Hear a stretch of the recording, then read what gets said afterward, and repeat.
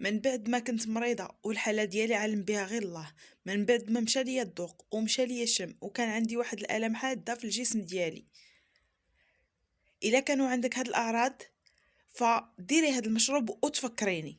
الا كان عندك الم في الحلق، الم في الراس، الم في الجسم كامل، الدوخه والكحه، ضيق في التنفس، ما عليك غير بهاد الوصفه.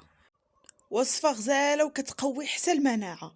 غير جربوها وما تنساوش هاد الفيديو خصو يوصل لأكبر عدد من اللايكات، وباش يوصل لأكبر عدد من الناس لينا الأجر كاملين إن شاء الله، والله يشافي الجميع. تبعوا معايا الفيديو حتى الأخير باش تشوفوا طريقة الاستعمال وطريقة التحضير. كيف ما قلت لكم فهاد الوصفة زوينة بزاف لجميع الآلام اللي كيكونوا عندنا في هاد الفترة هادي. اللي قلت لكم اي اعراض كيكونوا عندكم فبهاد الوصفه غادي تخلصوا من جميع المشاكل اللي كيكونوا، وكتقوي المناعه ما نقولش لكم عليها. بقاو معايا وتبعوا معايا الفيديو حتى الاخير. الله على بركة الله غادي نبداو الوصفه ديال اليوم. كيف ما غادي تلاحظوا معايا هنايا اول حاجه اللي غادي نحتاجوها اللي هي كأس من الحليب.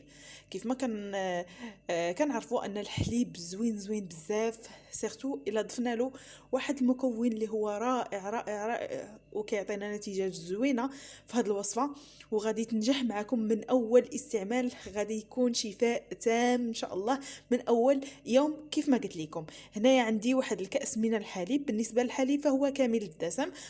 بزاف كيقولوا لي شنو هو حليب كامل الدسم. حليب كامل الدسم اللي كيكون حليب طبيعي، يعني حليب طبيعي. وغادي نحتاجو منه كيف ما قلت لكم كأس. كيف ما كتلاحظوا غادي ناخذ هنايا واحد الكاسرونه اللي غادي نوضع فيها هذا الحليب هذا على هذا الشكل. فبالنسبه لهاد الكاسرونه هذه فغادي نديرها فوق نار تكون مهيله. ضروري من هاد المرحله هذه غادي نديرها فوق نار تكون مهيله، وعاد نكمل معكم الوصفه.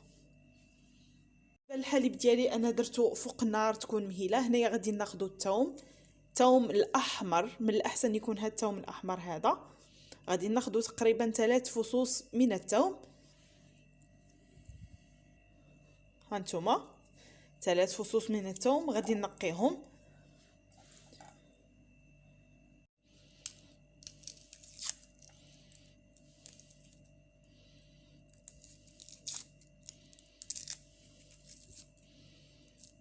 على هذا الشكل.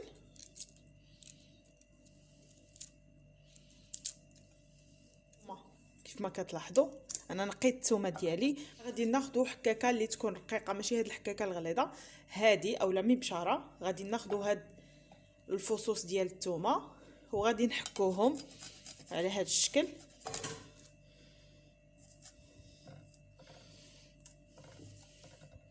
هي الكميه اللي كنحصل عليها. هانتوما كيف ما كتشوفوا ديال 3 الفصوص من الثوم. غادي نخليهم على جنب وغادي ندوز ناخذ واحد المكون اللي هو رائع اللي هو حب الرشاد. فهو غني عن التعريف، ما نحتاج انني نقول لكم مزايا ديال حب الرشاد للكحه والجميع المشاكل اللي كتكون عندنا في الصدر ديالنا اولا في الجسم ديالنا. فحب الرشاد رائع وفيه بزاف ديال الفائده للجسم ديالنا، سيرتو في هذا الجو هذا المتقلب.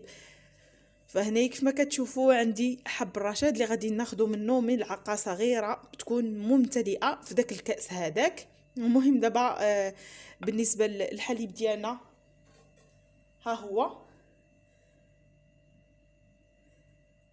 سخلينا مزيان. غادي ندوز وغادي نوضع فيه هاد الثوم هادي، يعني 3 فصوص ديال الثوم غادي نوضعهم في هاد الحليب هذا. كيف كتلاحظوا فهو ساخن، وغادي نوضع هنايا ملعقه ممتلئه من حب الرشاد. ملعقه ممتلئه من حب الرشاد.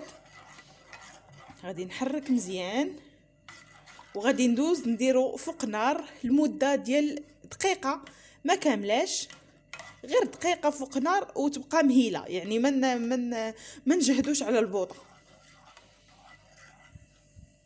نتوما كيف ما كتلاحظوا غادي نحرك غير واحد شويه كيف ما قلت لكم، دقيقه ما كاملاش، وغادي نطفي عليه البوطه اولا النار.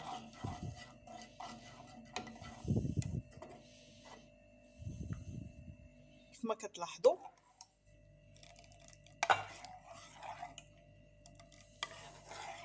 دابا غادي نضيفو في هذا الكأس هذا على هذا الشكل هذا، غادي نضيف الكميه كامله.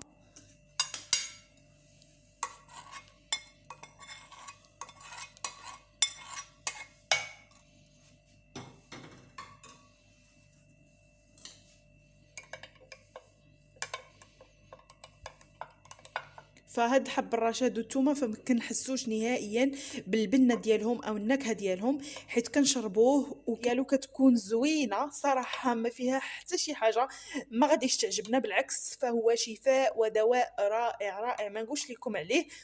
فخاصكم تجربوه باش هكا تحصلوا على النتيجه المرضيه، النتيجه اللي كيقلب عليها اي واحد. هنا كيف ما كتلاحظوا معايا بالنسبه لهاد المكونات تقدروا تضيفوا عليهم المليحه هكا باش يجيكم هاد الحليب بنين. تقدروا ديروا مليحه غير قبيصه الملحه. وبالنسبه للناس اللي ما غاديش يقدروا يشربوه هو بهاد المكونات تقدروا تصفيوه. المهم هذه هي الوصفه. هنايا راه حيت هاد المكونات طلقوا لينا المفعول ديالهم في الحليب، تقدروا تصفيوه من الاحسن بلا ما تصفيوه، يعني شربوه وبهاد المكونات فهو رائع.